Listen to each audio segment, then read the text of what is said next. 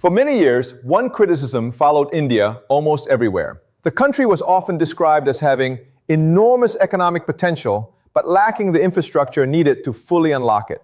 Congested highways, overloaded ports, aging logistics systems, and rapidly growing cities created a common perception that India's ambitions might eventually outpace its physical capacity to support them. But today, I believe a different story is beginning to emerge. According to the source material, India is no longer approaching infrastructure as a collection of isolated projects. Instead, it is attempting to build an integrated national network in which railways, expressways, airports, ports, logistics systems, renewable energy, and digital coordination reinforce one another as parts of a single long-term strategy. That distinction is important. Infrastructure does not create economic transformation simply because individual projects are large.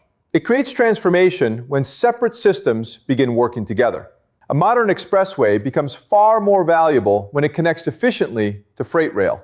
A new airport delivers greater economic benefits when linked to industrial corridors and logistics hubs. Economic growth increasingly depends not on isolated investments, but on connected ecosystems. This broader vision appears throughout the projects highlighted in the transcript. The Mumbai-Ahmedabad high-speed rail project represents more than a faster passenger connection between two major cities.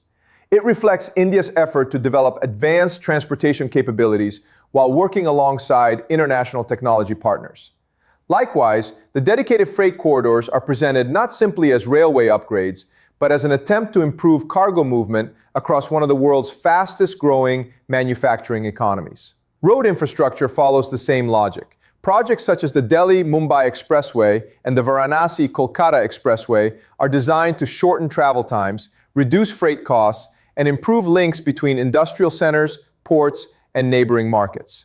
In the source, these corridors are portrayed as strategic investments intended to strengthen national competitiveness, rather than merely expanding road capacity. Air connectivity also plays a central role. New facilities such as Navi Mumbai International Airport and other expanding aviation hubs are described as supporting both passenger growth and cargo logistics, creating stronger connections between domestic manufacturing and international trade. Combined with metro systems, smart city development, and digital infrastructure, these projects illustrate an increasingly interconnected approach to economic planning. For me, the most significant insight is not the scale of any single project. It is the possibility that these investments represent a coordinated attempt to reshape how people, goods, energy, and information move across one of the world's largest and most complex economies. When people discuss infrastructure, they often focus on individual landmarks, a high-speed rail line, a new airport,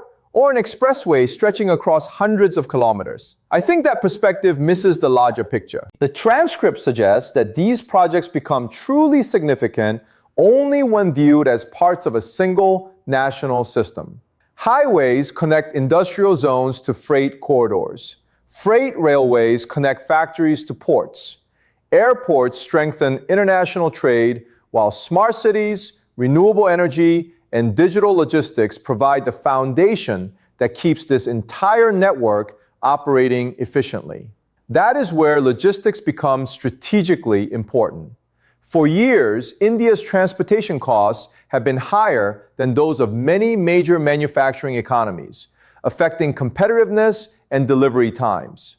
According to the source, initiatives such as the Unified Logistics Interface Platform and new multimodal logistics parks aim to improve coordination across highways, railways, ports, airports, and customs systems.